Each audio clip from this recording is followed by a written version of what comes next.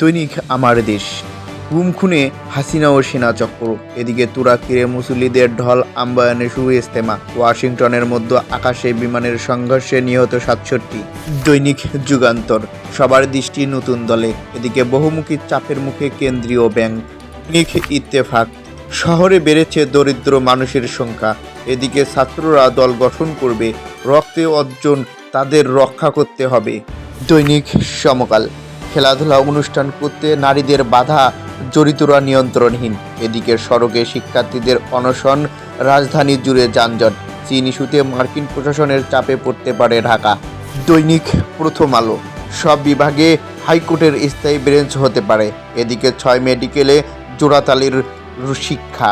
দারিদ্র বেশি মাদারীপুরে, নোয়াখালীতে কম। দৈনিক মানবকণ্ঠ। দলীয় প্রভাবমুক্ত বিচার বিভাগ প্রতিষ্ঠায় ২৫ দফা প্রস্তাব।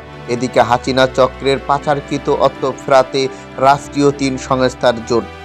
দৈনিক আলোকিত বাংলাদেশ। এদিকে বিশ্ব ইজতেমা ময়দান পরিপূর্ণ। ২১শে বইমেলা শুরু কাল। অন্তর্বর্তী সরকারের হানিমুন পিরিয়ড শেষ।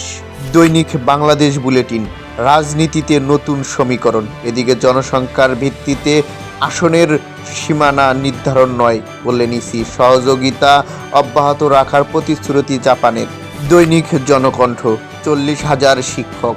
এদিকে এবার বইমেলায় অংশ নিচ্ছে ৭০৮ প্রতিষ্ঠান। ওয়াশিংটনে বিমান ও সামরিক কপ্টার সংঘর্ষ।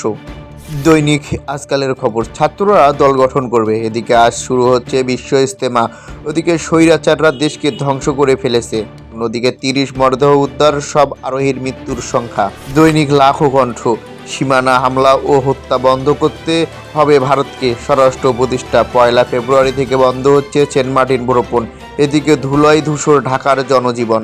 দৈনিক আমার সংবাদ। চালের বাজার অনিয়ন্ত্রিত। এদিকে নতুন দলের আত্মপ্রকাশে উদ্বিগ্ন নয় বিএনপি। অন্যদিকে ফ্যাসিবাদের দোসরদের ষড়যন্ত্র করলে সরকার কঠোর হবে। দৈনিক প্রতিদিনের সংবাদ।